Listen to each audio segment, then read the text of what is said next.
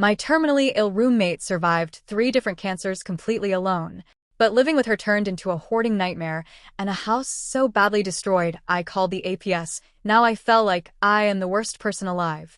In May of 2025, I moved into a house with 3 other women. At the time, I was 20 years old and mostly just excited to finally have a place that felt independent and adult. The house itself wasn't perfect, but it was affordable, spacious enough, and close to my work. One of the previous roommates had just moved out, so I took her room. The other women living there were 24, 22, and 53 years old.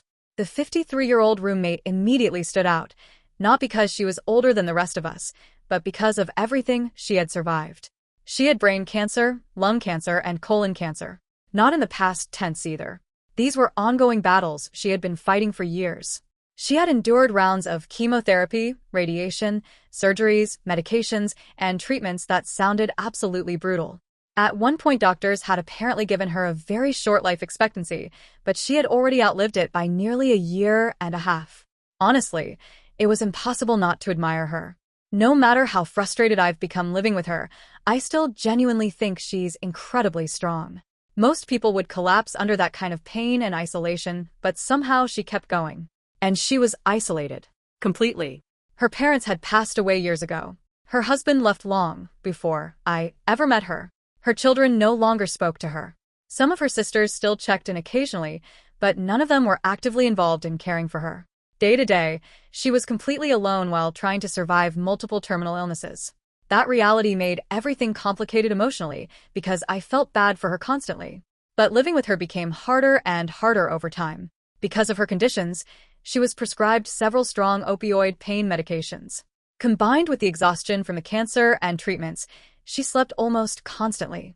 I'm not exaggerating when I say she slept 20 to 22 hours a day sometimes. Entire days would pass where none of us saw her awake for more than a few minutes. The Church of Jesus Christ of Latter-day Saints was helping cover her rent and food expenses. Members from the church regularly brought groceries and supplies for her, which was kind and generous. But there was a problem. She wasn't physically capable of preparing most of the food they gave her. They would bring things like vegetables, ingredients for meals, frozen foods that needed cooking, or bulk groceries that required effort she simply didn't have the energy for. The food would sit untouched in the fridge until it spoiled, and eventually the rest of us had to throw it away because the smell became unbearable. Instead, she ordered almost all of her food through Amazon deliveries. Her diet mainly consisted of ice cream, applesauce, chocolate milk, pudding cups, candy, chips, and other soft processed foods that required zero preparation. I understood why she ate that way because she was exhausted and in pain all the time, but it was still difficult watching someone slowly deteriorate while surrounded by resources they couldn't use. Financially, things were messy too. She received disability payments, but apparently they were reduced because she technically owned assets. Those assets were 2 completely broken down cars sitting in our garage taking up valuable parking spaces. Neither car had moved since I moved in. One had flat tires and boxes piled inside it. The other was filled with random belongings and old furniture. The clutter was honestly one of the biggest issues in the house. She had unfinished craft projects everywhere. Broken furniture stacked against walls. Packages from Amazon constantly arriving and piling up unopened in corners of shared spaces. Boxes crowded the garage, hallways, and living room to the point where the house sometimes felt less like a home and more like a storage unit. At first, I tried to ignore it because I knew she was sick.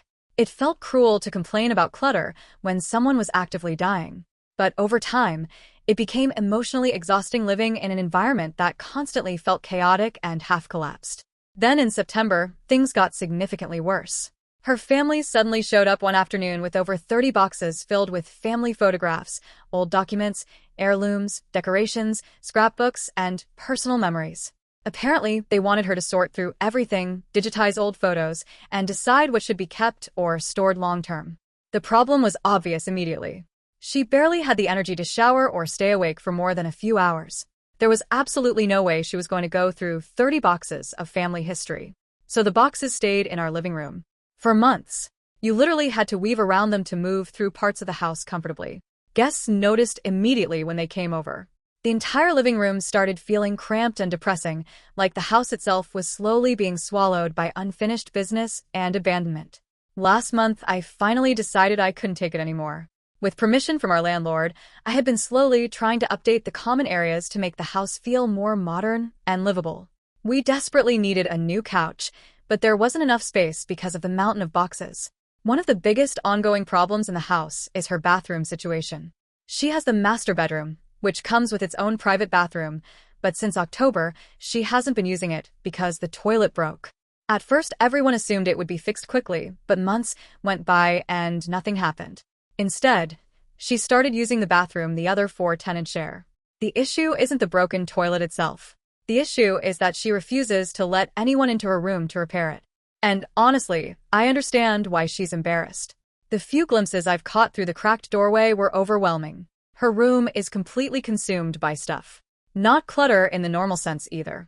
I mean floor-to-ceiling piles of furniture, storage bins, crafts, blankets, clothes, unopened packages, food containers, dirty dishes, paperwork, and random objects stacked everywhere. There are barely visible walking paths between piles. It honestly looks less like a bedroom and more like a storage unit that somebody accidentally started living inside. At one point, her bathroom became completely inaccessible because things had piled up so badly around it. Then in November, things escalated in a really scary way. She started fainting constantly.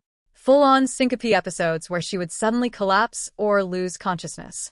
She fell multiple times over the course of a few days, and eventually she had to call an ambulance because it got bad enough that she couldn't safely move around alone.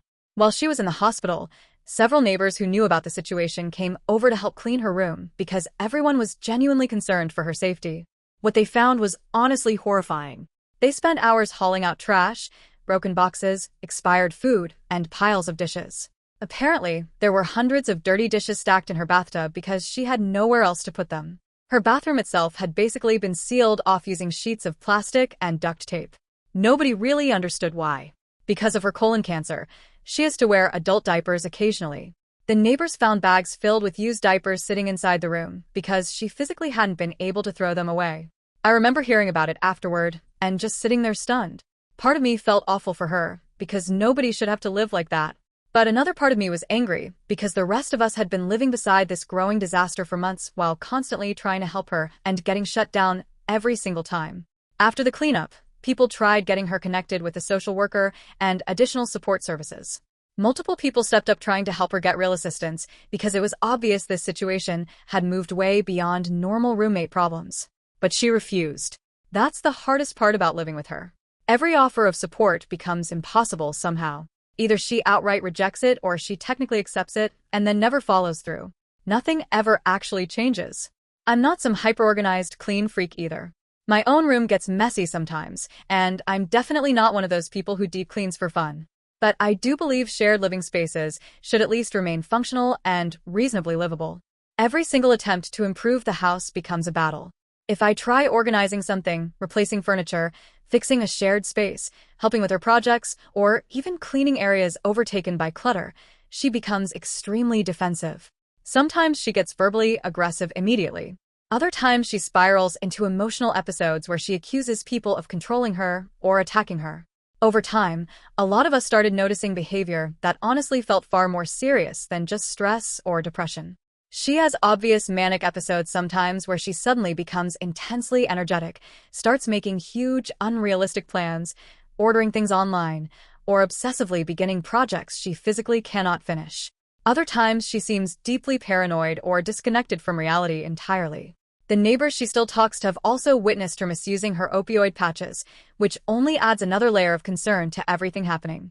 Between the hoarding, the isolation, the chronic illness, the apparent addiction issues, and what seems like severe untreated mental illness, the entire situation feels way beyond anything a group of random roommates should realistically be managing. And yet somehow, we've all slowly become responsible for pieces of her survival. She's been in this house longer than any of us because people keep moving out. Nobody wants to stay long-term because living with her requires constant emotional energy and practical support. She needs help all the time, but at the same time she rejects almost every form of help offered to her. She asks for things constantly, but creates barriers to every solution. She has asked me personally for financial help before, then refused to actually accept money when I offered it. She asked me to help her fix and sell one of her broken-down cars, but every time we get close to listing it, she suddenly decides she needs to do 5 other impossible tasks first. She asks for help organizing her belongings, but the second I physically touch anything, she becomes upset and territorial even while sitting beside me asking for assistance. When I moved into this house in May 2025, I expected a normal roommate situation. Instead, I walked into one of the saddest and most exhausting experiences of my life. There were 4 of us living there, and the oldest roommate was a 53-year-old woman battling brain cancer, lung cancer, and colon cancer all at once. She had already outlived her original prognosis by more than a year and a half, which honestly felt incredible. She had gone through years of chemotherapy, radiation, surgeries, and endless treatments almost entirely alone. Her parents had passed away, her husband left years ago, and her children barely spoke to her anymore. Despite all of that, she kept fighting to survive independently, and I genuinely admired her for it. At first, we actually became close. She had studied the same field I'm currently pursuing, and before getting sick, she had many of the same hobbies and interests I still enjoy now. When she was lucid, we could talk for hours about projects, careers, and life experiences. She could be funny, insightful, and incredibly intelligent. But over time, things became impossible to ignore. She was on several strong prescription opioids for pain, and between the medication and the exhaustion from her illnesses, she slept 20 to 22 hours a day. When she was awake, she often seemed confused, paranoid, anxious, or emotionally volatile. Sometimes she was completely coherent, and other times she would spiral into aggressive outbursts or rambling conversations that barely made sense. The house slowly turned into chaos around her. The church was paying part of her rent and bringing her groceries, but she wasn't physically capable of preparing most of the food anymore. Fresh groceries would sit untouched until they spoiled, and the rest of us eventually had to throw them away. Most of what she actually consumed came from Amazon deliveries like ice cream, candy, chocolate milk, and applesauce. She also had 2 broken-down cars taking up space in the garage and mountains of clutter spread throughout the house. Boxes, packages, unfinished projects, broken furniture, random belongings. Everything piled up in corners and hallways until common spaces barely felt livable anymore. At one point, her family dropped off over 30 boxes of old family photos and heirlooms for her to sort through. Those boxes sat in our living room for months before eventually being shoved into one of her non-working cars. She had a master bedroom with its own bathroom, but sometime around October her toilet broke. Instead of letting maintenance fix it, she refused to let anyone into her room because she was embarrassed by the condition of it. Eventually we learned why. Her room had become completely buried under trash. Dishes, clothes, boxes, food containers, and random belongings stacked almost floor to ceiling. Her bathroom had literally been sealed off with plastic and duct tape. In November, after she started fainting repeatedly and had to be taken to the hospital in an ambulance, neighbors helped clean the room while she was gone. They found hundreds of dishes stacked in the bathtub, rotting garbage, and trash bags filled with used adult diapers she hadn't been able to throw away. Her room had become completely buried under trash. Dishes, clothes, boxes, food containers, and random belongings stacked almost floor to ceiling. Her bathroom had literally been sealed off with plastic and duct tape. In November, after she started fainting repeatedly and had to be taken to the hospital in an ambulance, neighbors helped clean the room while she was gone.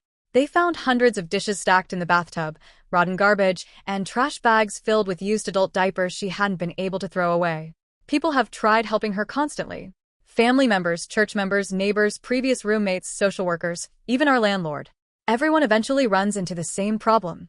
She asks for help, but the second anyone actually tries to help, she becomes angry or refuses to follow through. She asked me for money, then refused to accept it. She asked me to help sell one of her cars, then invented endless reasons it couldn't be listed yet. She asked me to help organize her belongings, then became furious whenever I touched anything.